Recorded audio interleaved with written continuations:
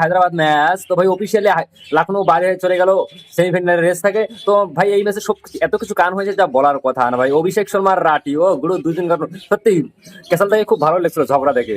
আর দেখো ভাই এখানে দোষ কার ছিল, রাটির নাকি অভিষেক শর্মা? দেখো রাটি এতটা মানে সবার চালান কাটার দরকার নেই, কেউ কেউ রেখে যায়। তো চলে এসছে ম্যাচে, তো ম্যাচে লাখনৌ আগে ব্যাট করে 205 রানের টার্গেট দেয়, সেটাকে হায়দ্রাবাদ চেস করে 18 ওভার 2 বলে। ভাই দানবেকে টিমের সামনে যদি কেউ পড়ে কোনোদিন তো শেষ করে দিবে। আর দেখবে যেদিন 250 মানে কোনোদিন কেউ কোনো টিম পাত্তা পাবে না, আবার কোনোদিন 150 মানেও সেফ থাকবে এই হায়দ্রাবাদের টিমের সামনে আর কি। হায়দ্রাবাদের টিমের সামনে ভাই দেখো ঋষভ পান সব থেকে যদি লখনৌকে যদি ওয়ার্ড লাগিয়েছে 27 কোটি টাকা নিয়ে ভাই ঋষভ পান কি করেছে, আজকেও 6 বল খেলে শুধুমাত্র 7 রান করে আউট। তাছাড়া বাকি সবাই কম বেশি ভালো খেলেছে। দেখো একটা ইতিহাস কি জানো, লখনৌর মানে লখনৌ স্টেডিয়ামে লখনৌ কোনোদিন 200 রান প্লাস করে হারেনি, কালকে হারতে হয়েছে। আর ঋষভ পানের কেরিয়ারের ইতিহাসেও ঋষভ পান কোনোদিন 200 রান প্লাস করে ম্যাচ হারেনি, কালকে হেরে গিয়েছে। তার কারণ সামনে ছিল হায়দ্রাবাদের টিম, মানে চলে তো সামতাক নেই তো বড়িয়া ব্যস্ত গোটাও রে, চলো জলদি জলদি।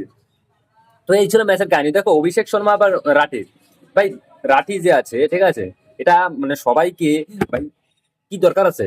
আবার হ্যাঁ অভিষেক শর্মা আউট করার পরে এরকম এরকম করে বলতেছে। ভাই ও তো মানে আমার মনে হয় না যে ওকে কিনেছে 30 লাখ টাকা দিয়ে, ও মনে হয় ফাইন দিয়ে যাবে 40 লাখ টাকা আইপিএল খতম হতে হতে। তার কারণ ওর যে কাণ্ডকীর্তি, তো তার উপরে চলে যাচ্ছে। দেখো ওইখানে অভিষেক শর্মা যে একটা বলেছিল মানে চুল খেসে মারবে রাটিকে।